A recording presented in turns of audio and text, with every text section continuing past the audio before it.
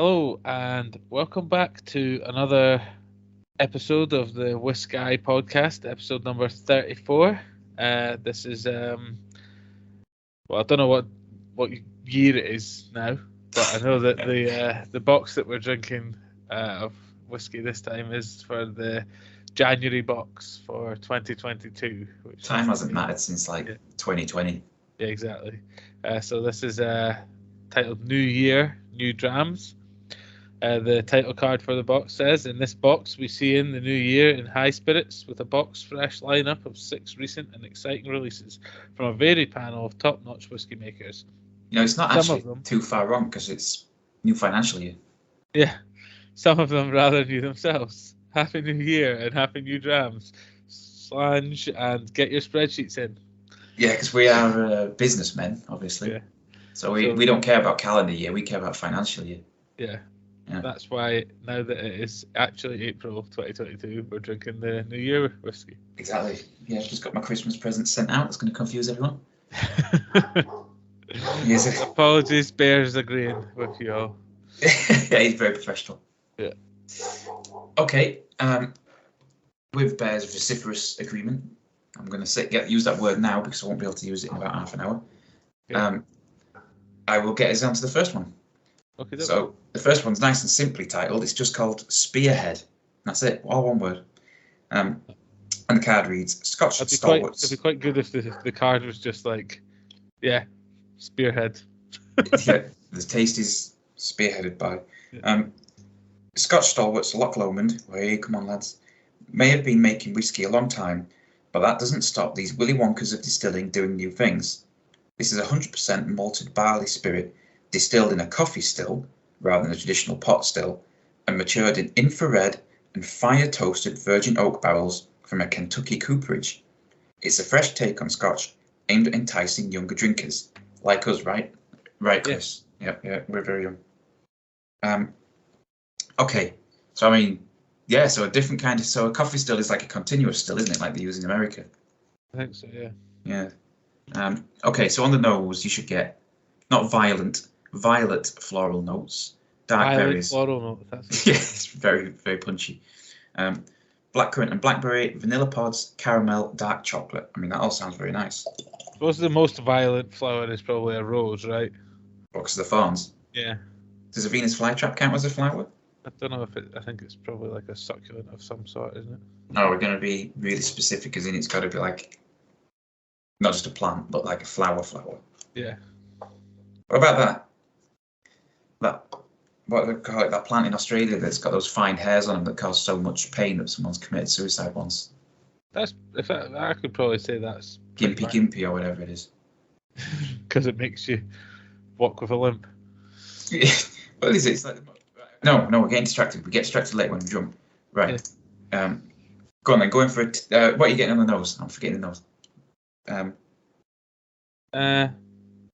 There's a little bit floral. I would say it's definitely more vanilla-y. Vanilla. There is a bit of chocolate there. Yeah, it's floral. Almost creamy. It is quite. Yeah, it smells thicker, doesn't it? Yeah. Floral, vanilla, and cream. Could maybe be convinced that it was like a dark berry yogurt or something. Yeah. So you should be tasting. It's got a velvety mouthfeel, rolls over the tongue, red apple with lime, citrus, vanilla fudge, and light brown sugar. And the finish is long, smooth, and sweet with melted brown sugar. That's very nice. You did say it smells creamy, and then they're saying velvety mouthfeel, so. Definitely, it's very nice. It does have a. Oh, that's lovely. It's like a fruity and creamy kind. Yeah, I'm going for that. I like that fruity yogurt kind of. Yeah. It's not kind of got the sourness of a yogurt, but it's got like that creamy. Like a kid's yogurt, like you know. Yeah, like a yogurt or whatever. Yeah. Where they've done something to the yogurt to take the sourness. Added lots of sugar, I think, was the. It's like sweetened cream. It's like what's that kind of milk? Not carnation milk. It's like carnation milk. Yeah. That's very nice. Agreed. In stereo there. It's like it's that perfect sweet and savoury kind of. vibe. Not very savoury, but like, you know, the Yeah. milk or I know milk isn't particularly savoury, but you know. No. Carnation milk. Not getting like red apple with lime citrus. Vanilla fudge is a good one. It's almost got the feel of like fudge. It's almost that creamy. Yeah, it's definitely it's fruity, but I'm struggling to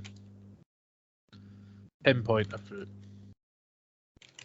Orchard fruits. No, it's more berries. Yeah. I put carnation milk, vanilla fudge, fruity children's yogurt. Yeah. Velvety mouthfeel I'm going to steal because it really is quite creamy. I think this doesn't taste like that, but my favourite fruity children's yogurt was they used to do a peach monster munch bunch, not monster munch. I'm going to say that's very Scottish, a monster munch yogurt. Yeah, no, munch bunch. Yeah, I've never really liked yogurt until I was older. Well, I think munch bunch were basically just sugar. Yeah. I liked Angel Delight. That was the closest I got to yogurt. Angel Delight is very nice. What's your favourite flavour? It's hard. Probably butterscotch. But... Good man. Good shout. That is the best flavour. That is lovely. I mean, I love a single grain whiskey, but... Yeah. It was... I think it might actually be my favourite at the moment. The single grain variety. Now, I'm not saying I don't like a malt, because I do. But I think the thing that makes single grains easier is I think it's quite a narrow style compared to a single malt. Yeah. So generally, they're quite sweet, quite velvety. Whereas a malt is like can be pretty much anything. Yeah. Well, especially being that if the single grain is rye, they're not going to call it single grain. They're going to call it rye. So you're not going to get the spice. So generally, it's like a different. Don't know what grain is it. Malted barley. Ah. That's fair. Why does that make it grain and not malting? 100% malted barley spirit. Because is it because it's done in the coffee still? Might be, yeah. Would that make it? But then it shouldn't taste so sweet if it's not. I don't know. I'm very confused. I'm not a biologist. No, neither am I. Okay, do you want to put a scar on the door? I'd be happy to, yeah. I enjoyed that a lot. I'm happy to start at I would say a 4 is a strong score on it. Going for a 4. Going for a 4. Okie dokie. I mean, on other days I could have had that after having something else which I thought was a 4, and it could have made itself into a 4.5. That's the problem with going first. Yeah. Can't but then go again, there's also been days where that would have maybe made it to a 3.5 because the box was so ridiculously strong. So. Yeah. There's been some really good boxes recently. Yeah. Okay. Do you want to keep us rolling along? Yeah. Up next, we're getting a Compass box. It's called Orchard House, a blended malt Scotch whiskey. I quite like Compass box usually. So it says here, a spirit and fruit-forward blend of Scotch malts from expert blenders Compass box, featuring the likes of Clynelish, Linkwood and Benrinnes distilleries. All the flavours of an orchard and more. So apple, pear and peach initially. And then... Oh, you could have plums. Yeah. Or almonds. Well, it says here, it goes apple, pear and peach initially, with hints of rich peat and black cherry. Pineapple, all manner of citrus zest, and Earl Grey tea. Then ginger leads into maltiness, vanilla, and toasted desiccated coconut. Sweet biscuity notes with touches of cinnamon. That's a lot of things to smell. I have a slightly blocked nose. I'm not going to guess all of that. I'll get one of them. Yeah. Actually, no, I won't. I don't get peat in that. I do get... Yeah, like the fruits to begin, then it gets darker. I can maybe get where they're coming from with the tea, but not Earl Grey tea, because that's like bergamot or whatever. Yeah. Earl Grey is quite aromatic, isn't it? Yeah. Maybe like a little bit of peat, but like more like a leathery kind of smell. Yeah, I suppose for some people that's in the It's in that range, isn't it? yeah. I'm definitely getting like it is the orchard fruits up front, I can maybe get cinnamon because there's like that warming kind of bit. and there is a tea edge to it, but Yeah. So we'll put orchard fruits with hints of tea and cinnamon. How about? yeah. When we say hints, we mean hints. My brother's been getting right into like loose leaf tea recently. I like a good And loose he had tea. this really fancy creamy one that was like I don't know, some kind of Japanese tea. Like essential or whatever.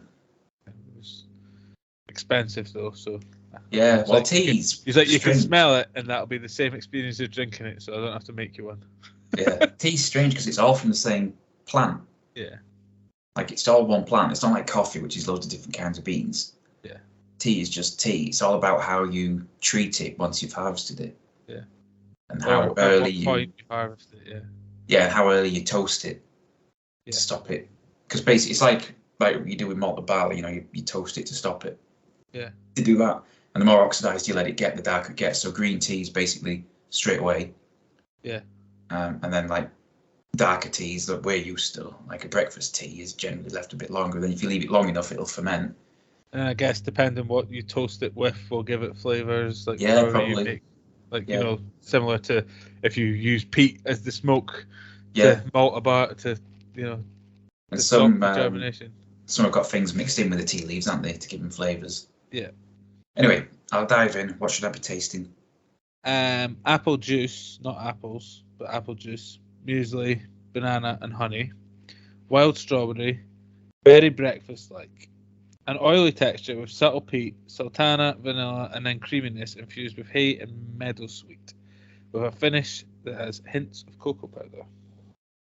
It's actually quite a estery-looking spirit when you. I quite like the music comparison. Yeah. There is a very, very, very light hint of peat at the end. Like, not enough for even me to be caring about it. I do quite like the muesli comparison because it has kind of like malty notes from the toasted flakes, and then quite a lot of like berries, like raisins, maybe strawberries. Yeah, I quite like the muesli one, actually. I think that sums it up quite nicely. There is also definitely apple juice right at the start. Yeah. And it has got maybe a little bit of a chocolatey after, but more just the creaminess, I think, than a cocoa flavour. I'm wondering if it's more like the sweet and maltiness lingers, so it's like a cocoa. A little bit, maybe. So or like an Ovaltine. Yeah, that's better. Apple juice to begin, then strong muesli flavours. Like a good muesli, though, you know, like a Marks and Spencer's one. Or a Jordan's. Ooh, a Jordan's. Yeah, pay like £7.50 for 2 bowls full. Yeah. But they are good. Worth it, but. Jordan's Country Crisp is like. Yeah. It is. Yeah, if I wasn't so addicted to porridge at the moment, that used to be my breakfast, Jordan's Country Crisp, and you used to have to go to Co-op every like 3 days. The red one or the. Oh, it's all about the red one. Yeah. The berries or whatever it is. Yeah, because you got those little bits of like dehydrated strawberry or whatever, and they are. And it's got like, has it not got like dehydrated blueberries or something as well? Yeah, I think it does. Yeah, and then you've got like, is it cashews or something like that? Yeah. One kind of nut in it, and then you've got those crunchy bits. And your milk turns purple. Yeah, it's good stuff. Right, then strong muesli flavours, very, very light hint of peat. Yeah. Oval. I'm not even getting the heat, so that's how light it is. Like I'm super sensitive to it, and I'm only just picking it up. It is very, very, very, very light.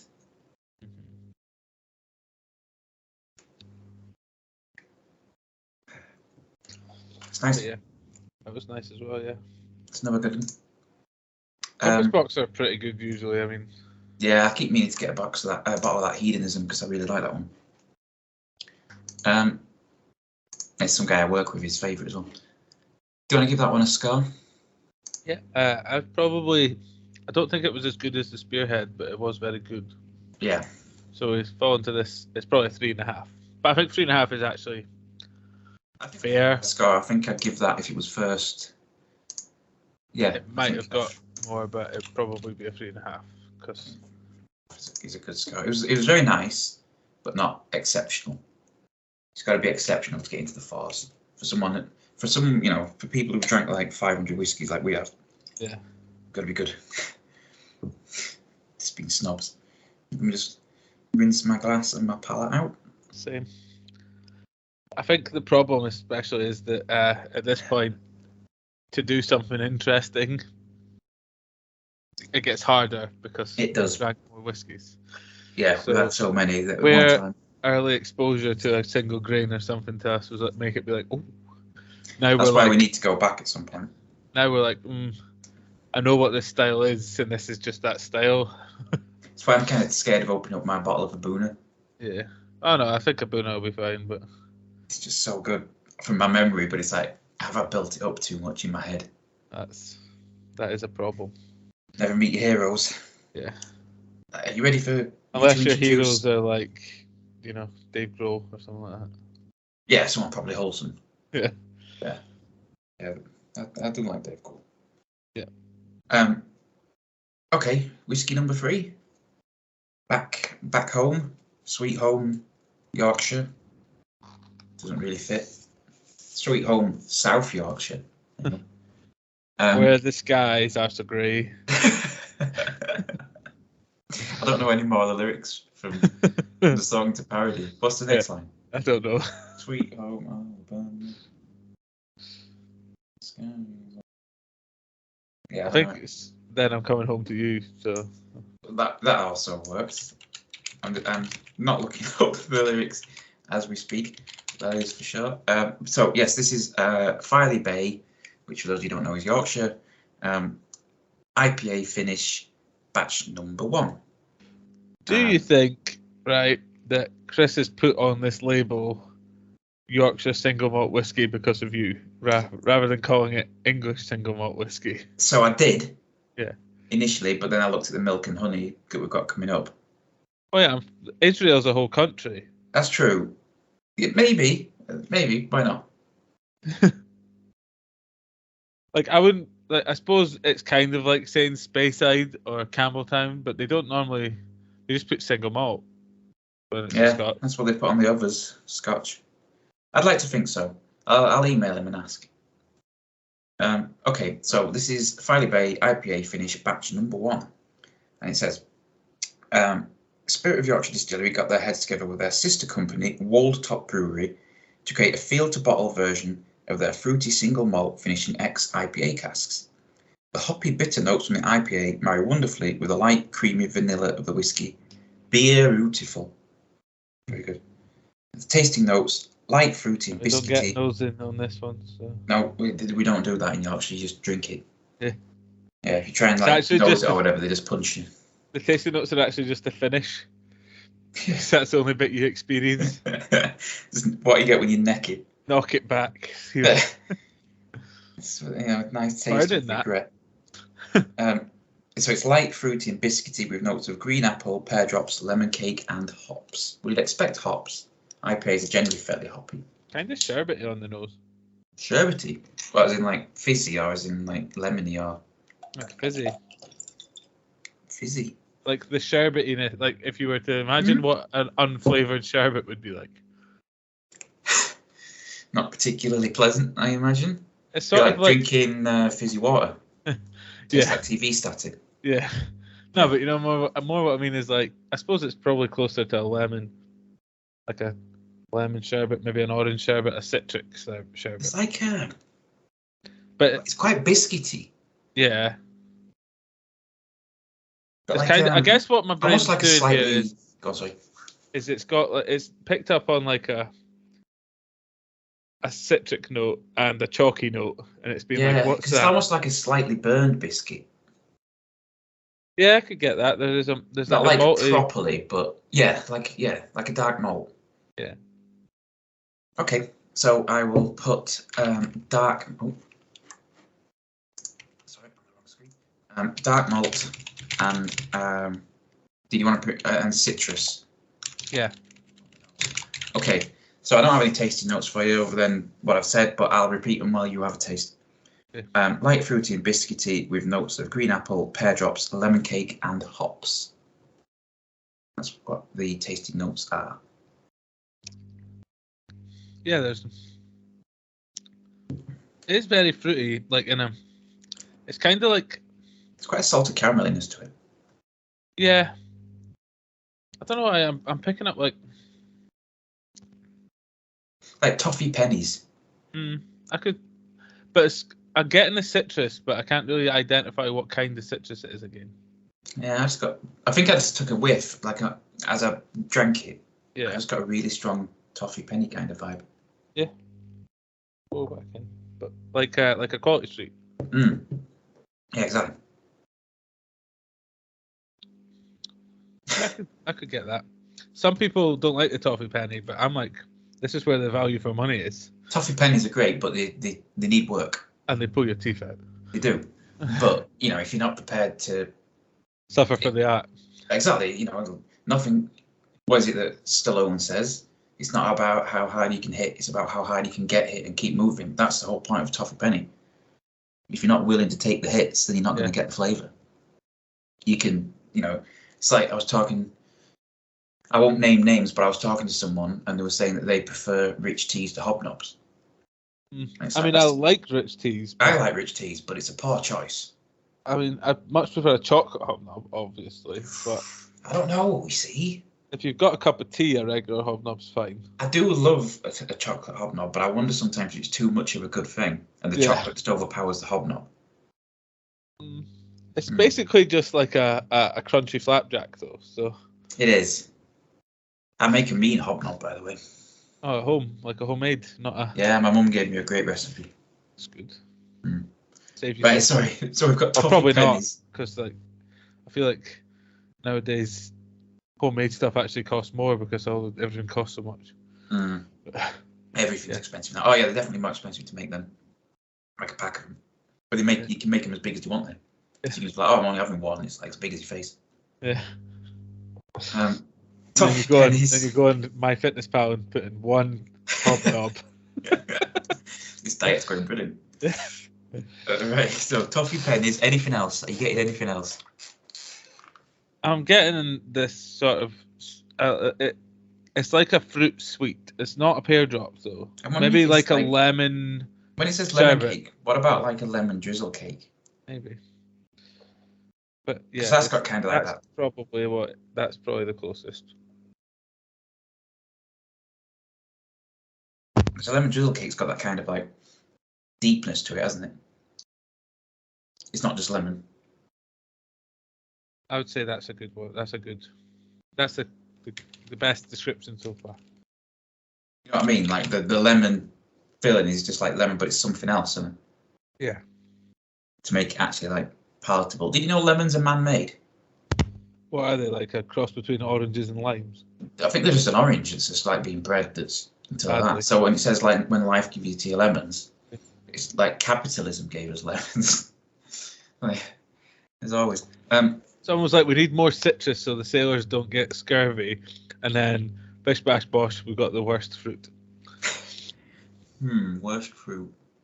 It probably is because you can't really eat it, can you? Yeah, but there's probably worse out there. Oh, there's that stink. Yeah, there's some out there that people like. Oh yeah, it smells like rotten flesh, but it's actually lovely. It's like no, it's not. You just like. If you hold your nose and like choke it down, it's sustenance. Yeah. Okay, so we've just got toffee pennies and lemon drizzle cake. I think that's kind of all you get.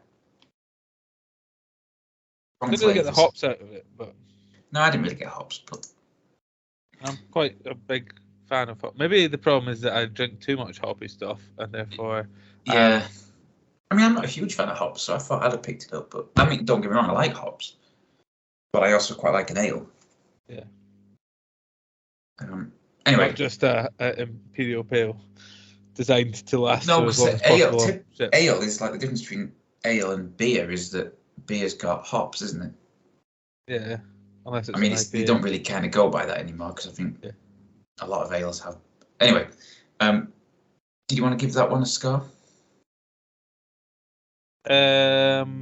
I'll go 3 on that one, I think. I'll go 3.5 on that one. You give it an extra half just so you know. We'll be calling me biased now, are we? How come no one ever Well, calls you biased when we go to all the scotches? Because it's hard to be biased when it's all of them. I don't know which region of Scotland you were born in, to be fair. None of them. Closest to Speyside. Where were you born? Aberdeen, Royal Infirmary. Where you were born in Aberdeen? Yeah. There's got to be some whiskey distilleries up around there, haven't there? They're all in Speyside. Which all have Aberdeen postcodes, apart from the very, very, very, very far west ones, which have Inverness postcodes. I think anything up to Elgin's an Aberdeen postcode. So, speaking of the whiskies we just had, or the whiskey we just had, the Filey Bay IPA finish, did you know that 2 weeks-ish ago, I went to a whiskey festival?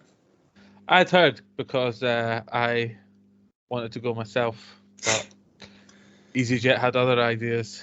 Thanks, EasyJet. Yeah. Zero flights from Glasgow on that day. Ridiculous. So, yes, I went to the Bristol Whiskey Festival, I think it's called. Yes, not the It was a Bristol whiskey festival in Bristol. Yeah, it wasn't the Whiskey Underground. It was at the Bristol City Hall. And I bumped into a couple of people there. I bumped into a mutual friend. Yes. And I also bumped into another mutual friend who is Chris, the guy who runs the Dram Team, Whiskey Jesus. Yeah.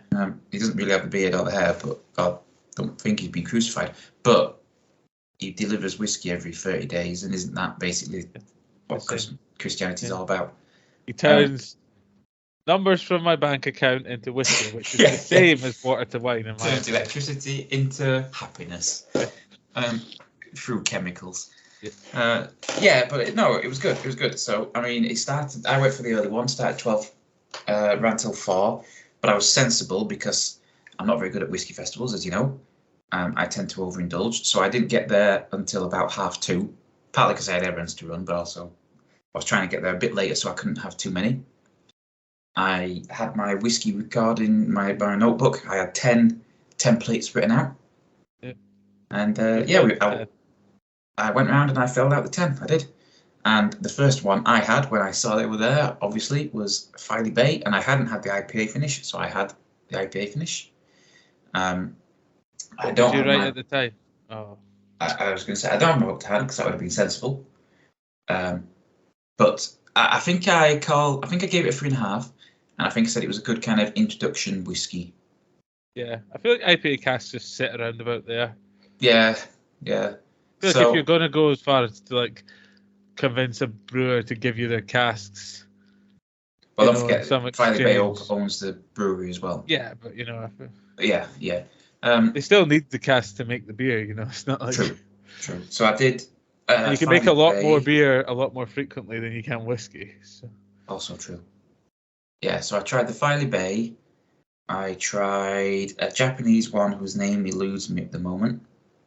That was designed to go into a highball rather than to be standalone, but it was very nice on its own. That was, I can't remember it just now.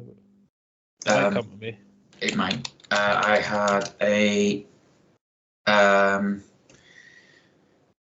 an unnamed Highland one, which was probably Glenfarclas. That was very nice, 14-year-old sherry cask one. How did it come to be unnamed at a whiskey festival? So there was one that was about. A lot of the stalls weren't run by the distilleries; they were run by people that had been employed by the distilleries, if you know what I mean. As in, like, for that festival, they weren't working directly for the distillery. And so they had multiple distilleries to run. And there was one that was all about Islay. And I was having I think I was having their Mictors. I saw they were there, the American ones. Yeah. And I was enjoying their rye. And I was talking to this woman, and she was like, "Oh, the thing down the end is really good." And I was like, "Yeah, but they're all Islay ones, aren't they? Peated. I don't like peat." She's like, "No. There's one down there that's not peated." So I think all the Islay ones. No, it wasn't Islay. It was a Highland. Oh. But I think basically all the Islay ones were blends of different ones on the island, so they weren't named. And then I think they just had one that was like, she was like, "Oh, it's an unnamed Highland whiskey, but it's 14 years old and it's very sherried." And I was talking to Chris about it. He's like, "Oh yeah, I've had that. It's probably Glenfarclas." I was like, "Yeah, that's probably a good shout." So that was very nice. So yeah, I had a Michter's. I had a Waterford, which is an Irish one I've never had before, which was quite nice. Nice and Irish soft. whiskies making a comeback. Yeah, it really is. There's a few opening up. Which others did I try? Was the Japanese one like 10? I think it was like 10 something. 10 Jaku. 10 Jaku. That was it. Yeah. Which was nice. Very clean, very tasty, quite a little bit sweet, but I can imagine it was really good in a highball. Yeah. I had one that I had a Bimber. I probably should apologise to the Bimber guy because they're a London one. So I started talking to the Bimber guy, and then I saw Chris, and I started talking. I said hello to Chris, and he started talking to me. So I just interrupted the Bimber guy and started talking to Chris. And he kind of like looked at me for a bit, and then he went to talk to someone else. And then, but theirs was very nice, and I tried their new make as well, which was quite well. I mean, new make's never great, but it was all right. Quite fruity. Yeah, but I feel like when you drink the new make, you get an idea for what their base is. Well, that's why I've got that blooming. If you ever just bother to visit, I've got that tasting set. I've got that tasting set from Cooper King. That's their new make, and then they're like 16-month barrel aged. Yeah. So I had a Bimber, Waterford. I think I had another Irish one that I can't remember the name of. I had a Cotswolds bourbon cask because that's I think the only one I hadn't tried before. I had a few. I had 10. Which is a pitiful number by old. It is, yeah. If you've got to rely on yourself to get home and nobody's going to be there, you can't, I had one die together with someone. It is a bit. Exactly. You got me back last time. I couldn't do it, and I got a lot further to get back this time. Yeah. I had one that was made specially for the festival. I'm trying to remember who made it. And I can't for the life of me remember who made it. It was one that I quite like as well, like an English one. It might have been the English whiskey distillery, actually. That would probably be a fair shout. Yeah. So I had one that they made for the festival, which was quite nice. So there was no like, I must buy a bottle of this one, but there was some good ones. Yeah. And then our mutual friend went off to watch hockey with her boyfriend and her friend that she brought along from work, and invited me. And I said, no, thank you very much. I have a date with a donut. And I went to the donut shop around the back of Temple Meads, which had sold out on most donuts, but they had an Earl Grey one, which was very nice. And I had a very nice flat white, sobered up a little bit, got the train back, walked home. It was a good day, really. Survived. Woke up the next day feeling bright and breezy. Yeah, no hangover, no. Because, I mean, they were pretty strict with the measurements. So it was probably more like 5.5 whiskies that I had over an hour and a half. Which, is about what we do in this every time we do it. It's certainly something I can handle. Whereas, when we've been to the Whiskey Underground or Stramash, they start off with those spouts. Yeah. But I also made it a rule that I'd only have one per table. Yeah. Because I think that's where the volume comes in, is when you go to a table and you just go 1, 2, 3, 4. And as they start talking to you, they start pouring more. Yeah. And then they're like, oh, I've got this one here that I'm not meant to share, but here you go. And it's because they're not meant to share, it doesn't have a spout on it. Yeah. Yeah. And then you're like, one table down, there's like 20 more left, and I've had 5 whiskies. Yeah. I've been here 20 minutes. Yeah. Yeah. So I tried to be more sensible. Yeah. I've been told a whole lot about that whiskey company, and I'm not going to remember it in 15 minutes. So. Yeah. So I think next festival I go to, which might be later in the year. So, I mean, there is one. So obviously there's one coming up at the start of May, but that I've got a ticket for, but I don't think I'll get to. Yeah, I got my ticket refunded because I was. Yeah, I'll see if I can do that. Then there's one at the end of May in Campbelltown. Got until 10 days before the event to refund. Okay, cool. So there's one Campbelltown, end of May, which I quite fancy doing, but getting there would be a faff. Yeah. So probably not this year. It's about a 3-hour drive from mine to Campbelltown. Yeah, because you got to go all the way up and then all the way down again, haven't you? Or you got to go through Arran over a ferry and then another ferry. So that way's longer, less driving. I feel like if you're going to do that, you'd take a day in Arran and visit there, and then next day go over to the next one. Yeah. But the one that we've got. Well, you had a ticket to, and I still got a ticket to. Does have some later dates in other cities that we could maybe look at. Yeah. So maybe. But there will be another. Me and you will get to a festival at some point this year. Yes. That will happen. If it has to be another trip to the Stramash, I'm sure we can. I quite like the Stramash, to be honest. Yeah. It's just kind of cool that it's in the Sturgeon's Hall in Edinburgh as well. It's a really cool building. I feel like it'd be cooler if they opened up the wee exhibition rooms where there's like, you know, half a cow in formaldehyde, like it's some Damien Hirst exhibition. But... Yeah. I think if we do that one, I'll get a hotel in Edinburgh. Yeah. Personally. Probably easier. And invite our friend who was at the last whiskey festival to that one, because this one felt like a bit of a beginner's one. Yeah. And Stramash is most definitely not. No. The Stramash has. Remember when we went at the Stramash? We went to what was basically a 20-minute long advert for some whiskey company, but then they gave us like free whiskies or something. To be fair, this one in Bristol did have some masterclasses. Yeah. There was one, the Yorkshire Distillery ran one, and there was a couple of others, but I was too late to get to them. Yeah. So, but yes, I would definitely be up for. But like I say, we will do one. That's like a non-negotiable. Yeah. Right. So we were running perfectly to time, and now I have massively delayed us. So we'll have to run quick. Let's go. Okay, I'll jump into the next one then. Get us going. So the next one is Falls of Caledonia, Glentalkers, aged 6 years, which is by the Heroes and Heretics. Says here, an absolute whopping single cask sherry bomb that explodes with flavour on the palate, matures in a sherry hogshead cask for that's bad grammar there. I've read that as it's written. Yeah. For 6 years. Only 230 bottles were released by up-and-coming new kids on the indie block, Heroes and Heretics. A great new bottler producing exciting releases so far. And we've had Heroes and Heretics before, and we enjoyed it. And this is a sherry bomb, so I'm sure we're going to enjoy this. Yes, I'm looking forward to this. Yeah, getting in the good books, unlike Berry Bros and Rudd, who had to fight hard to get back in the good books. There's probably a picture of you flagging off Glenn from a distance in the distillery, being like, "If you see this man, call the police." Yeah. What's her name from? Was it Dow? Yeah, from Strathila has. That's why we got invited in that back room so that we could get caught on the CCTV. Yeah. So, on the nose, you should be getting caramel toffee, almond fudge, and raisins. Yeah, I mean, it's toffee and fudge all day, this. I'm guessing this is going to smell like a sherry bomb. It does. Yep. But not too punchy. It's not making my eyes water. It has got a leatheriness to it.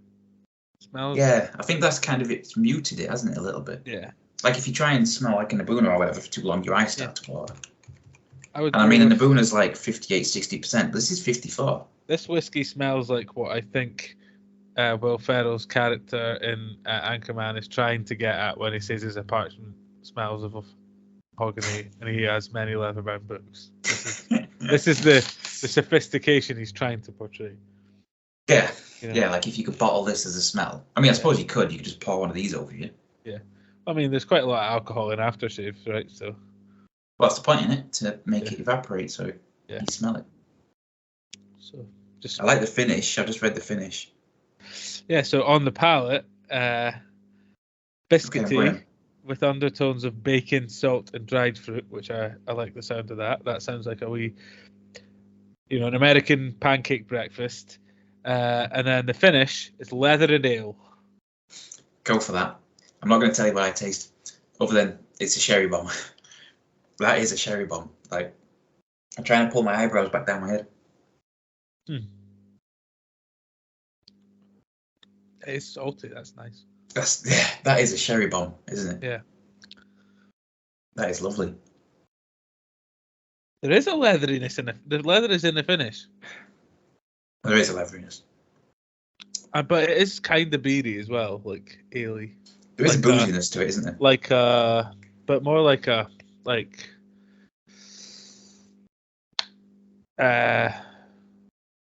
What's the one that does the XX?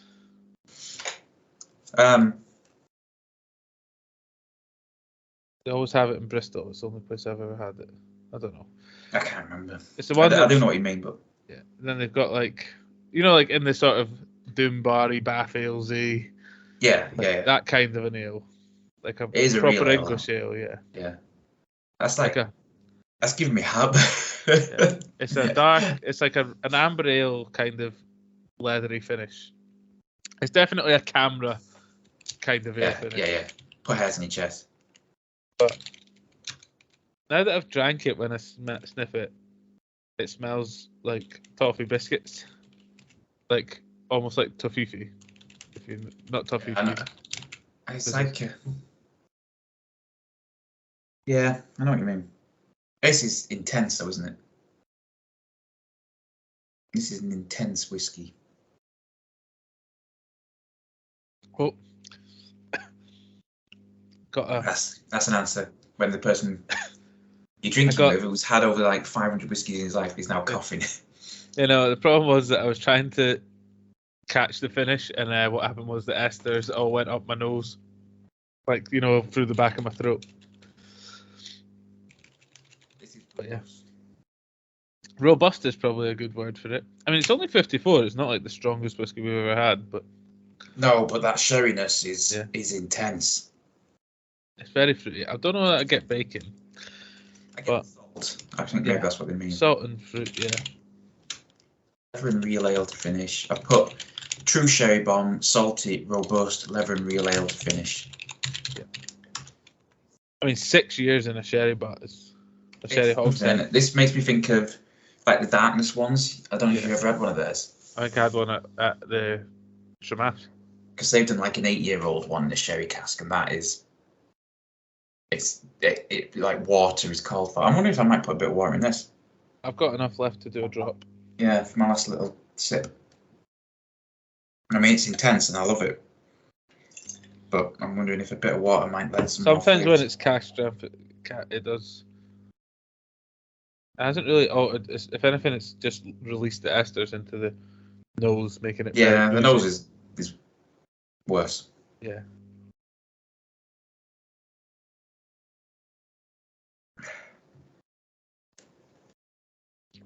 No, I prefer it without. Yeah, no, it just made it a lot more estery. Yeah. Like, even when I was drinking it, I could feel it swelling into my nose. Like, they were just like, we need to escape. The water has released this. It needed that sherry intenseness to hold it in. Yeah. Okay. Do you want to give that one a score? I would probably give that one a 4-2. Yeah, that's a 4 all day long.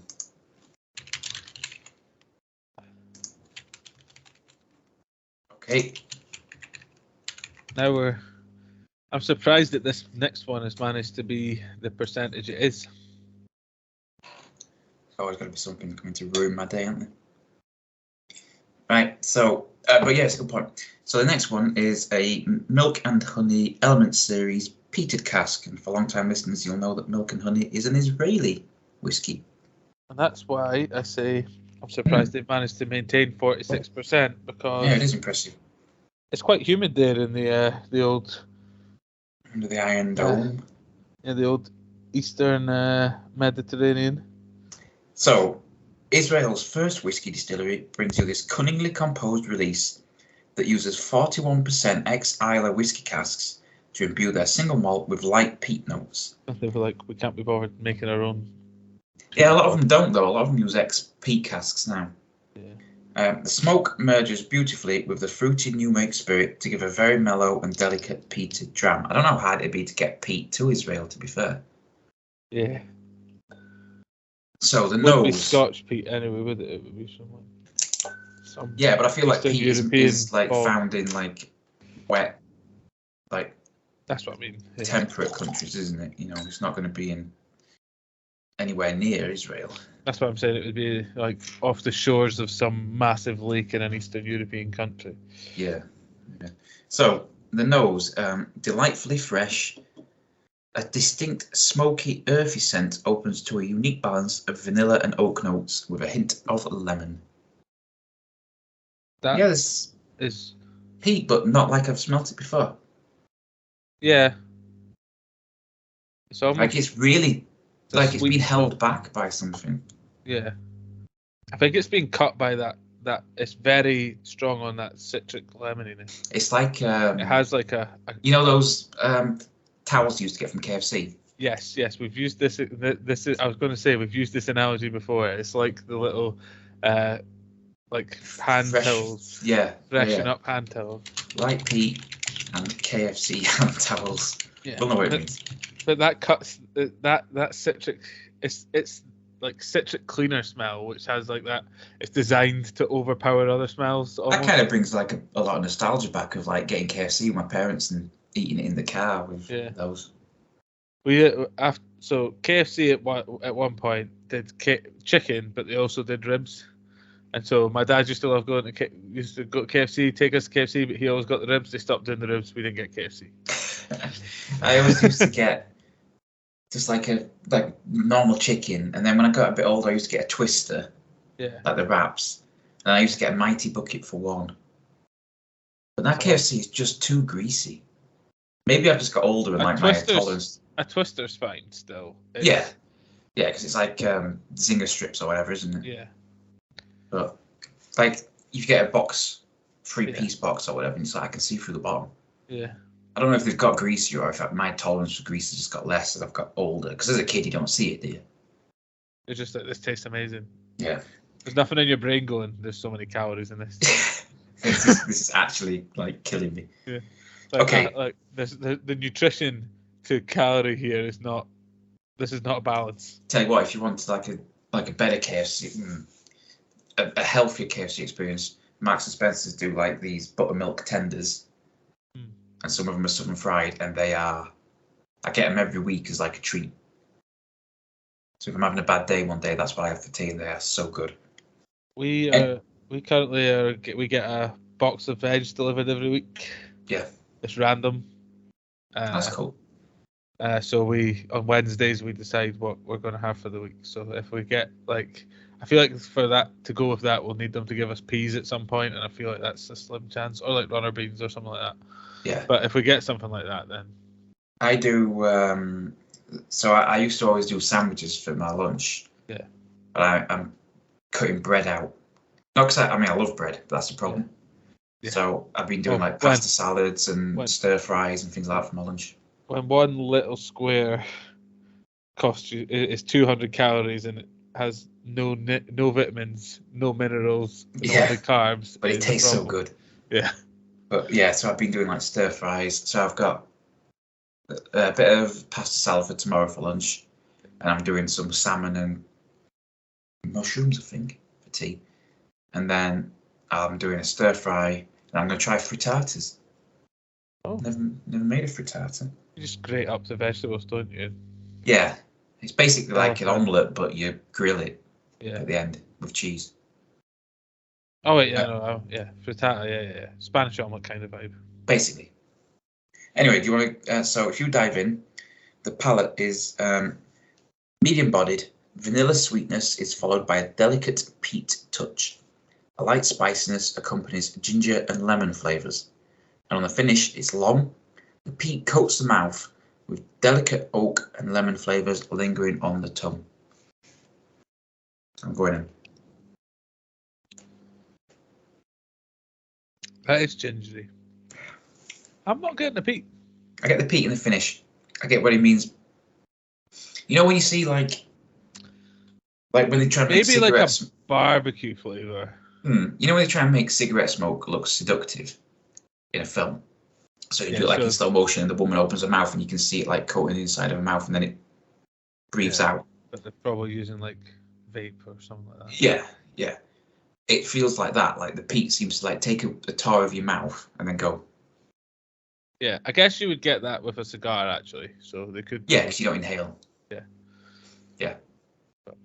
I mean, there's definitely peat there, but it's certainly not ruining everything. It's nice. It's like it is sort of like a gingery lemony thing. It's a bit weird to say. I'm trying to think what that could be. peat and a little bit more bitterness. Ginger, lemon. Well, there's vanilla. Kind of. Tastes a bit like a Thai stir fry without the spice. Yeah, they have Because that. like the citrusiness. Yeah, like they have that kind of more. It's more acidic than like northern. I say northern, they're like China's like way closer to the equator than us. Well, not all of it actually, but it's quite a big country. Yeah, but you know what I mean. Like, I do know what you mean. They tend to be more on the ginger and citric lime and stuff side. Yeah. Like the aromatics they use are in that they're more to that sort of bitter spice than a rich spice. Yeah, I can say hints of Thai curry.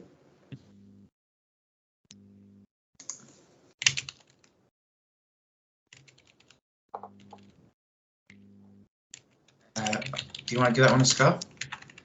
I think I'd place that in the 3 range as well. Yeah, I'll give that a 3. I was going to be harsh, but I'll give it a 2.5. It's like a 2.75 for me. Yeah, I don't think it's as good as the Philo Bay, but I'll let it have the 3. I'll be generous. I'm 5 whiskies in. Mm-hmm. That's pretty much my motivation as well. Right, do you want to round us off? Oh, 2 seconds. I'm just going to put some water in my glass to clear it out. We're doing pretty well on the old timings if we can be. Yeah, we caught back up a wee bit. A wee bit. We're on to our final 6th dram, 12.5 mils now, which I'm extremely happy about. Good old Chris, what a legend. Yeah. Glenfarclas 185th anniversary edition. Also, I'd just like to point out before I go into this, very, very, very quickly, the price of this hasn't went up. No, you get more whiskey, and everything's prices went up. Like literally everything on earth is. Everything in the UK's price has gone up. So tell you, cheers to Chris for that. Yeah, it's just turning whiskey into diesel. But yeah. Or if you're Barry Bros and Rudd, diesel into whiskey. But yeah, so this is the 185th anniversary edition Glenfarclas, single malt Scotch whiskey, of course. We like a Glenfarclas. We do indeed. And this here says that the iconic, independent, family-owned Scotch distillery, which is rare these days, just about everything's owned by Diageo. And one of the big ones, Chivas. Yeah. Glenfarclas turned 185 years young in 2020, and this was the whiskey they made to celebrate. Rumoured to contain a portion of spirit from each of the last 4 decades, it's a very special drop indeed. So, obviously, NAS, no age statement, but... There's some 40-year-old in there. Yeah, a little bit of this, a little bit of that. Also, probably some 3-year-olds, but we're aware that there are some whiskies. Well, Glenfarclas has got a massive back catalogue because, like the guy previous like owner, head of the family, worked out that at some point soon people liked a big number on the front of the bottle. Yeah, aged whiskey was going to be the big thing, so he slowed down sales so he could put a load into storage because he was a genius. When you're family owned as well, and you make enough, you're like, well, this is me. This is the legacy I'm leaving for my family. You have to sell it to shareholders that we're going to slow down profits now for in 10 years' time. You're like, we make enough money, and my kids will probably appreciate this if I'm right. And if not, they'll have loads of whiskey to sell, so they'll still be fine. Yeah. Right, what we got? It's kind of a zero risk. It is if you look at it like that, yeah. But shareholders don't tend to like to lose money now for obviously potential money in the future. Most decent level shareholders are old. That's why. So they want the money now. Yeah. Anyway, onto the nose. Forest fruit jam. That's new. Buttery toasted fruit bread. Forest fruit. Oh, like dark cherries and brambles and stuff like that. I think it's mostly berries. Fruit. Love to see you eat a bramble. Well, Sorry. what am Wild I thinking strawberries, of? raspberries, The dewberries, blueberries, berry and with the- blackberries. Yeah, What do you call it grows on a blackberries and blackcurrants grow on a bramble? Blackberries. yeah. So But I still want bramble. to see you eat a bramble. Anyway, we've got Yeah. time. We've got time. We've got to go. We've got to go. Okay, so it says buttery toasted fruit bread with Christingle orange and festive spice. Christingle orange. Yeah, whatever. That sounds like It's a Santa's Hallmark ASMR kind channel. of. Yeah, it sounds like a Hallmark orange, if ever I've heard one. That's the one that you put in people's stockings. She was an executive real estate agent from the city, but she had to come home and look after her mum's dying cat. She bumped into a guy who just divorced his wife. He was I don't know, Orange salesman. an orange salesman. They were from different worlds, and she looked down on him. But does she rediscover the spirit of Christmas? It's like, yes, you make 20 of these a day. Yeah. So, are you getting any of that on the nose? I'm getting the Christingle orange. Yeah. But specifically. Yes, yeah, it's not orange. Christingle. Have you not heard of Christingle? No. God, you've been living under a rock. You're right, Chris Grinch. So, I would call the fruit I would call that thing that isn't a currant, a bramble. I assume that you have a different name. No, we're running out of time. You've gone back to brambles. Sorry, but we can talk about this off air. Well, we'll talk about brambles later. If you join the Patreon, you can hear the whole uncut version where we talk about brambles. Yeah, that's worth £10 a month tier. At the bramble tier. Yeah, the only tier we'll have because this is the first I've heard about a Patreon. Yeah. Right. Okay. Right. On the palate. Old, rich, sherry flavours that remain fresh and vibrant in the glass. Christmas cake fruit and spice with Christingle orange. And then finished with prolonged Christmas spice, stewed fruits and wood. No Christingle orange in the finish. This is like a masterclass on how you do a sherry whiskey without it becoming a sherry bomb. So you've got all the sherry flavours that you really want, but it doesn't like rip your eyebrows off your forehead. Yeah. It's controlled, but it's not soft, but it's got all those really nice sherry flavours. Maybe because it's old, maybe it's mellowed, but you've got all those kind of like Christmas cakes and like stewed fruits and a bit of spice, bit of like cinnamon or maybe even clove spice. Yeah, but it's so beautifully controlled. I believe a Christingle orange is actually a Christmas ornament which has cloves in it. It is. It's almost like I looked it up so I could sound educated. You could have got away with that. I didn't see it had cloves in it, to be fair. I will claim that. Yeah. That was the Josh scale of spice. Yeah. But it's very nice. It's rich, but it's not like punching you in the throat with Christmas cake. Yeah.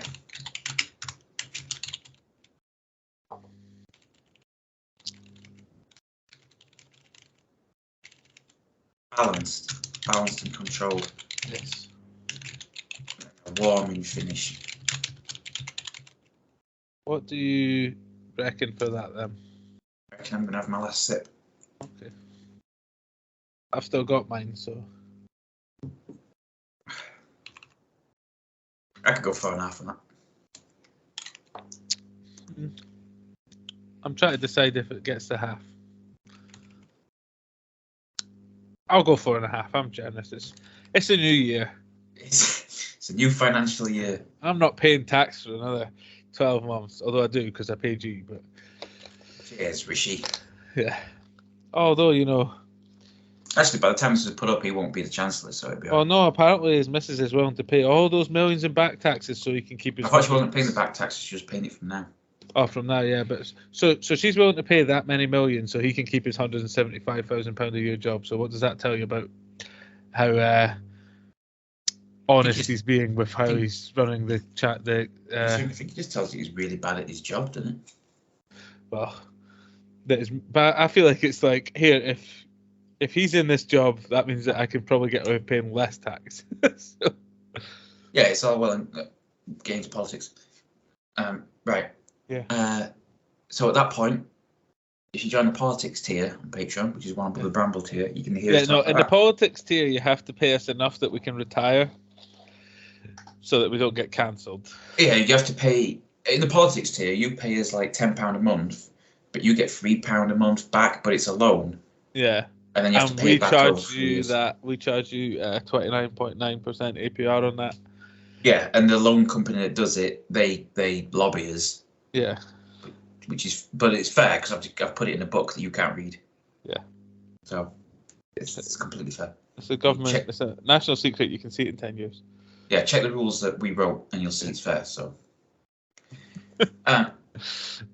So on that topical, probably not when we release it. Yeah. By this point, we'll be talking about people no one can remember. By this point, we'll probably all be living in like bombed out ruins, and we'll be doing this on shortwave radio. So yes, thank you all for listening, as always. If we ever upload this and people get a chance to listen. If the internet still exists. Yes, if Elon hasn't ruined it all. And we will see you in the next episode, or you will hear us in the next episode. Yep. You might see us at some point. We probably won't see you, that's not how it works. Yeah. Okay. Cheerio. We'll speak to you later. Bye.